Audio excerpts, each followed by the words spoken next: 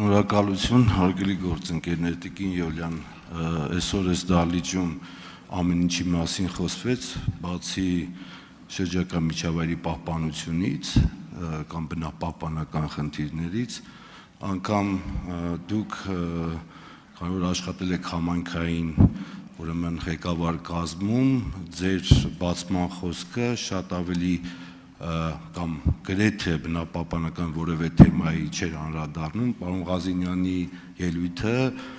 որոշ դրվագներ անգամ բնապահպանությանը վերաբերվում էին, եւ ես հիմա ձեզ հարց չեմ տալի որպես Գորիսի բնակչի, ձեզ հարց եմ տալի մի մարդու, ով հավակնում է տարածքային կառավարման եւ շրջակա միջավայրի պահպանության հանձնաժողովի նախագահ լինել, անգամ այսօր պարոն Սերգեյ Բագրատյանը ձեզ Սևանա լճի էկոհամակարգի կամ Սևանա լճի խնդիրների մասին հարց տվեց, այդ հարցը բաց մնաց, եկեք sense ձևակերպեմ, օրինակի համար դուք գիտեք էկոհամակարգը որն է, ինչ բաղադրիչներից է կախված օրինակ Սևանա լճի էկոհամակարգը կամ ես հիմա չկենտրոնանամ Սևանա լճի վրա, ես ընդհանրապես կուզենայի դուք առանձնացնեիք մեկ բնապահպանական խնդիր, դրա լուծման ձեր պատկերացումը ներկայացնենք, որպեսզի օրինակ ես հասկանամ դուք որպես հանձնաժողովի նախագահ, իհարկե հանձնաժողովի նախագահան մասնագիտական աշխատանք չի, բայց քանի որ մենք օրենսդրության մշակման աշխատանք պետք է իրականացնենք, որևէ պատկերացում պետք է ունենալ։ Եթե Սևանա լճի վրա չկենտրոնանանք, կխնդրեի մեկ բնապահպանական խնդիր ասեիք եւ դրա լուծման ձեր պատկերացումը ասեիք, որ մենք հասկանանք, թե դուք ինչքան խորն եք ճանաչում բնապահպանությունը կամ դրա հետ կապված խնդիրները։ Պարոն Սիմիդյան, բնականաբար ես մասնագետ չեմ ոլորտի եւ հետեւաբար համայնքի մակարդակից ձեր հարցմանը նաեւ իմ նախորդ գործունեության ընթացքում ունեցած փորձառության համատեքստում կներկայացնեմ։ Իմ ինքնակենսագրականը, երբ որ գործընկերս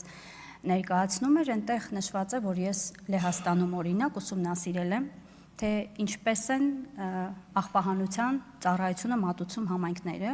եւ ինչպես է օրինակ աղբահանությունը համայնքին բերում լրացուցիչ եկամուտ ստանալու հնարավորություն։ Դա լավագույն գործիքակազմ է, ես ինքս մասնակցել եմ ռազմավարության մշակման գործընթացի, թե ինչպես այդ փաստաթուղթը կա, հարկ եղած ժամանակ կարող եմ տրամադրել այս հանձնաժողովին որպես լավագույն մոդել լեհական փորձի ուսումնասիրության հիման վրա, ինչպես կարող ենք համայնքներում աղբահանությունը դարձնել եկամուտ բերող հնարավորություն։ Օրինակ սարքավորումների միջոցով շինարարական աղբը ինչպես են կարողանում մանրացնել եւ օգտագործել շինարարության մեջ կամ վաճառել։ Նույն փորձառությունը ունեմ նաեւ արևային էներգիայի հետ կապված։ Այսօր Հայաստանում ուսումնասիրել եմ Գերմանիայի փորձը մի շարք քաղաքներում եւ դա լավագույն հնարավորություն է նաեւ համայնքների համար, ինչպես կարող են էներգախնայող ծրագրերի արդյունքում համայնքների համար բերել լրացուցիչ եկամուտներ։ Եվ նաեւ իմ խոսքի նախաբանում այդ մասին նշել եմ, որ համայնքային ենթակայության շենք-շինությունները, եթե ունենան այդ հնարավորությունը արևային կայաններ տեղադրելու, դա բացի նրանից, որ հնարավորություն է տալիս համայնքին լինել ինքնաբավ, հնարավորություն է տալիս հետագայում լրացուցիչ եկամուտներ ունենալ։ Խնդիրները բազմազան են, սկսած հանքարդյունաբերության ոլորտի պետք է հանրային քննարկումներ իրականացնել, հասկանալ ինչ մեխանիզմներով է հնարավոր գործարկել այնպիսի մեխանիզմներ, որոնք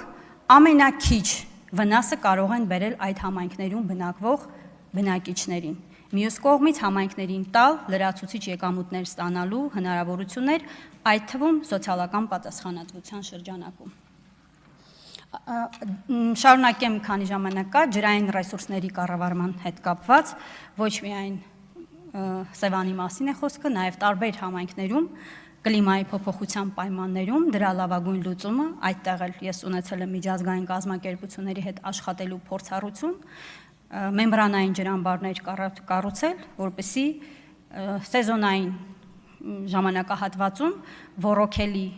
ամբարներ կառուցել եւ հնարավորություն տալ, որպեսզի գյուղատնտեսության բուռն սեզոնի ժամանակ որևէ խնդիր չլինի։ Այս մասին կարող եմ ժամերով խոսել, որևէ խնդիր չկա, բայց նորից եմ կրկնում, ես խիստ մասնագետ չեմ։ Ժամերով չեք կարող, ժամանակն ավարտվեց, պարոն Սիմիցյան, համեցեք։ Ես երկրաբան եմ, մի քիչ մասնագետ եմ բնապահպանության այն կողմից, բայց եթե վերջում ջրային ոլորտին չանդրադառնայիք, ցավոք մենք էլի բնապահպանական որևէ խնդիր չէինք քննարկած լինի, քանի որ օրինակի համար գործադիր կառավարման համակարգը եթե դիտարկենք, թե աղբահանությունը, թե էներգետիկան, թե ուրեմն ընդերք օգտագործման լիազոր մարմինը տարածքային կառավարման եւ ենթակառուցվածքների նախարարությունն է։ Այսինքն ես խոսում եի բնապահպանական խնդիրների մասին, դուք երեք ոլորտի կամ ուղղությունների մասին խոսեցիք, որ դրա լիազոր մարմինը օրինակ գործադիր իշխանություն տարածքային կառավարման նախարարությունն է եւ բնապահպանության նախարարությունը դրա հարակից, այսպես ասած, գործառույթ իրականացնող մարմինն է։ Ես իհարկե մեր խմբակցությունը կկողմնորոշվի եւ դիրքորոշում կհայտնի, բայց ելի եմ կրկնում, եթե վերջում ջրային ոլորտին ուղղակի անդրադարձ չանեիք, մենք բնապահպանական որևէ խնդրի չէինք անդրադառնա, ես ըստ էության արձագանքի պարագայում հարց չունեմ, իմ համոզմունքը մնաց նույնն է։ Պարոն Սիմիցյան, ես դրա համար ի սկզբանե ասեցի, որ առաջին հերթին, քանի որ համայնքների խնդիրների մասին ենք խոսում եւ աշխատանքը ըստ էության վերաբերելու է դրան, ես ներկայացրեցի նաեւ այն ոլորտները, որոնք համայնքներում այո բնապահպանական խնդիրներ են առաջացնում, բայց մասնագիտական առումով, ավելի խորքային առումով շատ լավ է, որ հանձնաժողովում կան մասնագետներ, ովքեր կարող են իրենց փորձը բերել, վերջի վերջո սա մասնագիտական ունակությունների մրցակցություն չէ, բազմապրոֆիլ հանձնաժողովի համատեքստում, որովհետեւ հանձնաժողովը, նորից եմ կրկնում, ինքը բազմապրոֆիլ է եւ շատ կարեւոր է, որ անդամները ոլորտային իմաստով ունենան փորձ, հնարավորություն եւ իրենց աշխատանքով նպաստեն համայնքների զարգացմանը։